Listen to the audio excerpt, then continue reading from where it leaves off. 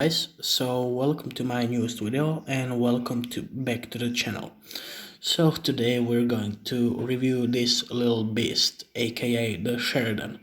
So why this tank is so special for you who actually are new to the game and don't know this tank well. So it's actually special with T92E1 because it has missiles. Not rockets, as everyone says, but missiles. So what is the difference between rockets and missiles? So it's not really important, but it just gets on my nerves. Missiles and rockets are not the same thing. So rockets are things that actually have the boost by themselves, but actually they don't have things like high-tech things. So rockets, basically you launch them and you hope that one of them hits the target. So rocket is RPG-7 or bazooka or anything like that, self-propelled grenade, and things like that. And missile is actually the thing like ATGM or Hellfire or Sidewinder and things as such. So the main difference between missiles and rockets is that actually missile is guided. So it can be like TOW, like you can guide it with a laser, like thing we have on Sheridan, and you can guide it with smart things, that actually are heat-seeking missiles that actually locks onto the nearest heat signal. So with this covered, let's get to the Sheridan. So Sheridan is a guided missile tank, so you guide it with your aim.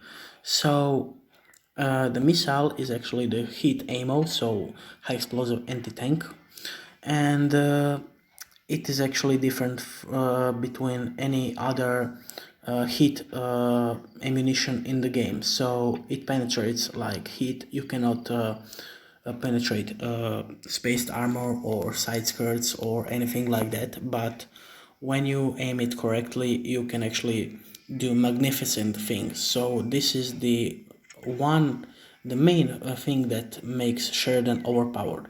I actually don't have a good win rate on it. I think I have like 42% win rate because I haven't mastered it so good as other players, like Metsi or Pantaflui, but I still think it's overpowered. And as I said in a recent video, this is one of the biggest mistakes done by wargaming as introducing tanks as such as Sheridan and T92E1. So I like these tanks, but I wouldn't be sorry if they had like heat or any other ammo in the game, like they have APCR for their main armament, but I wouldn't be sorry if they removed heat ammo, and made it like a T49. So yeah, I'm pretty much against this thing. So let's get to the specifics, upgrades. So let's get to this survivability. It has 1800 hit points, which is not little for any tier 10 light tank between BC and this beast. So its main armament is turret 40, sides on the turret is also 40, and rear is 15, and hull is 25, 32 and 12. But what is the deal with this tank? So you cannot penetrate it with high explosive, not even with hash, which has pretty good statistics for high explosive, like 200 and something. So you cannot penetrate it with it. Why? Because it has spaced armor all over it. As you can see, this thing is the most obvious, this thing on the front. As you can see, this is the spaced armor, so it is not actually so how to say it is not so useful against APCR and AP, but is goddamn useful against heat and high explosive and hash. So you cannot penetrate this tank with high explosive. because it has all those side skirts, that are actually not that visible but are goddamn effective. So let's get to the other statistics of this thing. So chance of fire when engine is hit is 12%, which is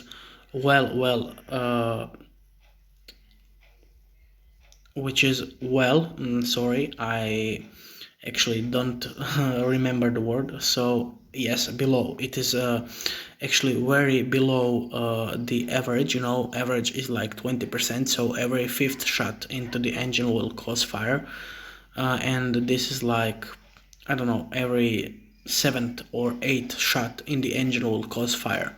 And view range is actually not that good for a light tank. It's 286. This is average for a heavy, but for a light tank it is not. So concealment is pretty good for a light tank. It's 43% while stationary. While moving is also 43, because all light tanks have that actually capability. When they're moving, they're not visible, more visible than when stationary. And when upon while stationary, it is bigger than it is greater than actually Death Stars while stationary, so it's 10%. Damage per minute is just average, 2160, 90. And reload time is not that good, it's 15 seconds and 34. Average penetration for a light tank is actually pretty good. APCR is 241 and heat is 341, so it's actually pretty good. So it's actually on heat, it has like object 268, I think, on the regular shell. So high explosive is also very nice. It's 99 millimeters, so it's average for a 152 millimeter gun, but its damage is not so good. It's like 560 with APCR, with HE with HE it's 680, and with heat it's 490. Sorry. Aiming time is 5.6, which is quite average, and not so quite average for a light tank, which is actually pretty increased for a light tank. Dispersion is also not very good. It's 0.403, and depression is great for American tank. It's 10 degrees.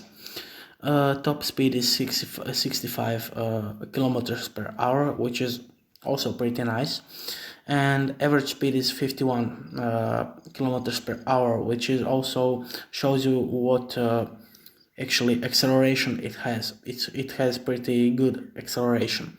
So hull traverse speed per degree is degree per second, is 56.32, so that's also pretty nice.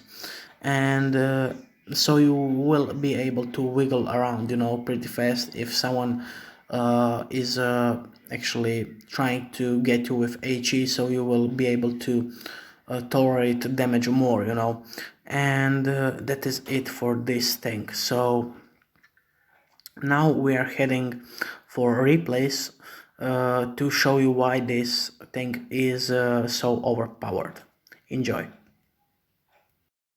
So both of the replays will be at Winter Malinkova, and this one I think I won't use missiles as much, but I will just show you why this tank is so overpowered, So here we go with our mediums right here to spot some enemies, right in this bush where you should be in any light tank, not in a heavy but any light or medium tank.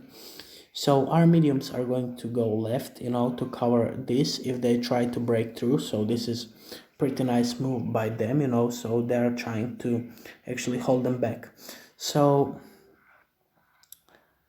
we are right here just, camping for a moment. So there is nothing so much going on right here. So we're going to push through, and by the way, switch sides. So why are we switching sides? Because I'm definitely 100% sure they're all there, you know, because of the bases. So let's go here. So here we're going to cause some damage at standard B, about 500. Yes. So we're going to actually pull right over, you know, to avoid being spotted for a long time. So this is how you actually should play this thing.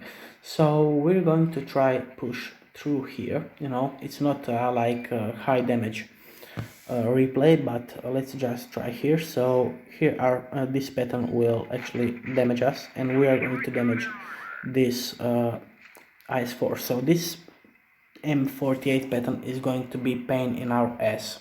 So yes, as you can see, I did not think that I was spotted again, you know, I thought I was behind this cover of a hill.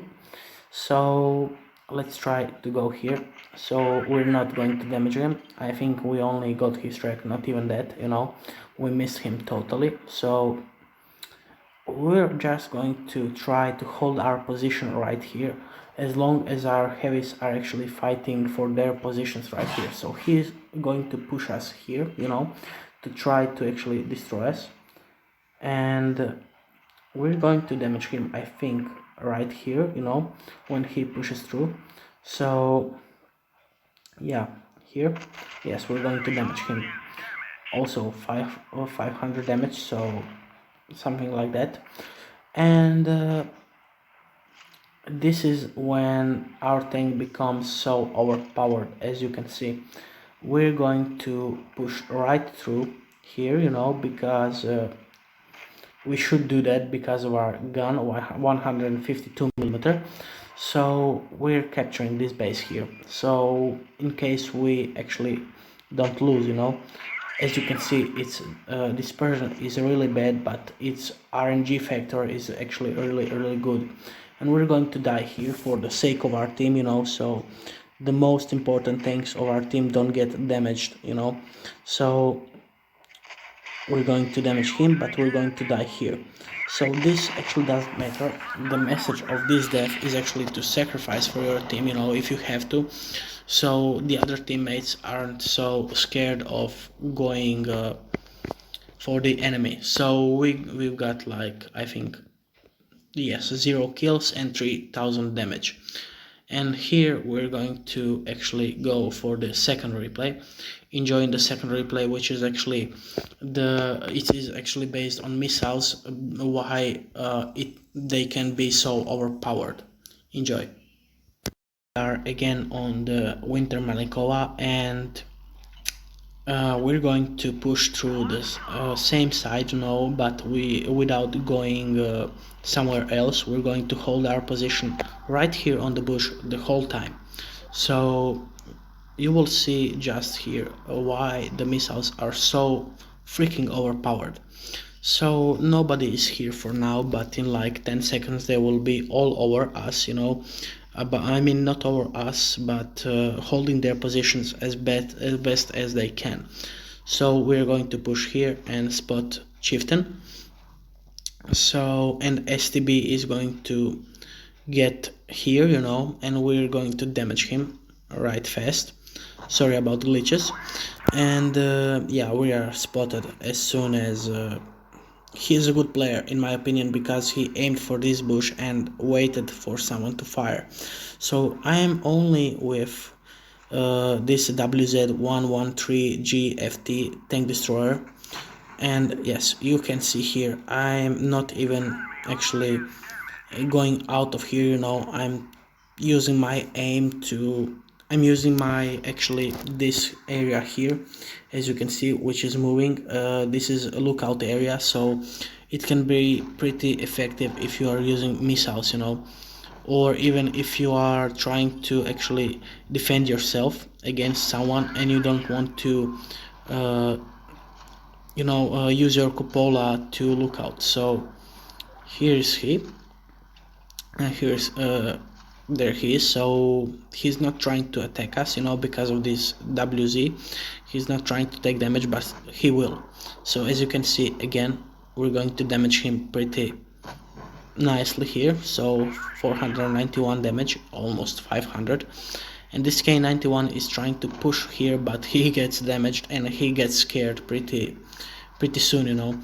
And I think we're not going to destroy him. Yes, WZ is going to, but as you can see, this is what happens when their team is too scared to act, and this is it for our damage, because they all got destroyed pretty fast, and yes, I actually said GG, but it wasn't so a good game, but it was pretty decent, and here you can actually see the stats. So efficiency is for spotting damage, we spotted 4 of them. So credits are not so good, because I mean we have earned 56,000, but it all went, for I don't know, maybe we did actually.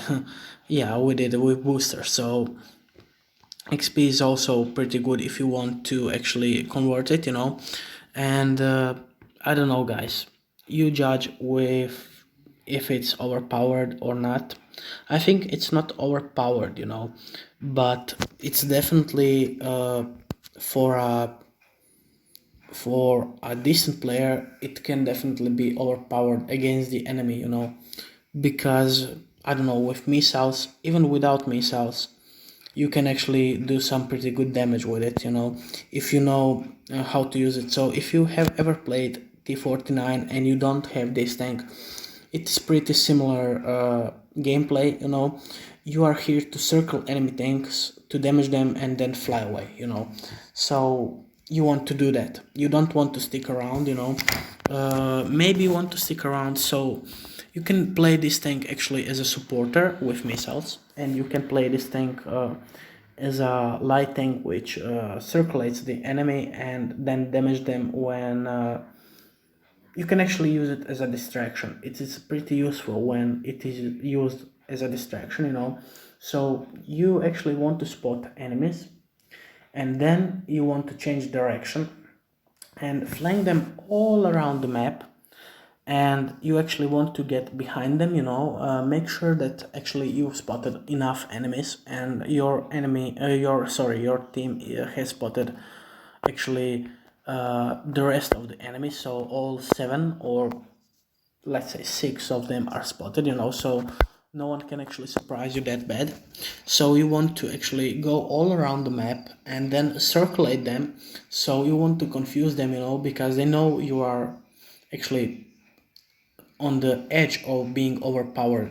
At this moment it is not overpowered in my opinion right now, but it is close to it, and you want to actually the enemies be focused on you. So if you do that, and if you have not the best team, but if you have a decent team on your side, your heavies will push, you will distract them, and they are done, because what enemy should do in this particular situation, that is actually that maybe 1 maximum 2 enemies actually turn around to get you, as soon as possible, and then when they are the perfect counter for you, one of them tracks you, the second deals damage, and 2 of them actually are perfectly doing together their work, and they get you, and then probably you will lose.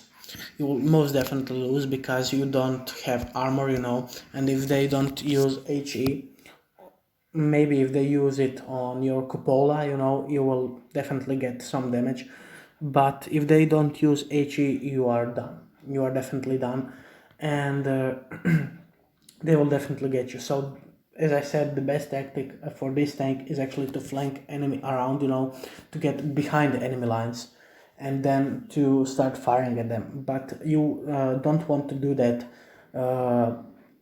when all of them are not spotted, The best situation is actually when your team has like 3 heavies and maybe 1 to 2 tank destroyers, and the rest is light tanks, or medium tanks, and you two actually get behind. Your heavy tanks hold the position, and your tank destroyers actually hold the line here. So you can deal damage. You can pretty much get masteries nicely. I didn't get any mastery on this tank, but that's just me. That shouldn't be you. So you can actually pretty much, if you do that, you can pretty much get masteries as soon as possible. So guys, this is it for this tank. I hope you enjoyed. If you did, hit that like button, subscribe, and share this video. So as I told you, I want to get to 1000 subscribers, so and 1000 views per video, so we actually hit monetization, and I can actually make better videos.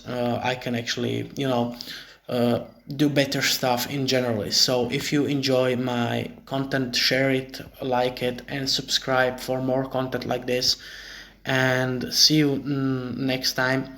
So goodbye for now. Have a good night.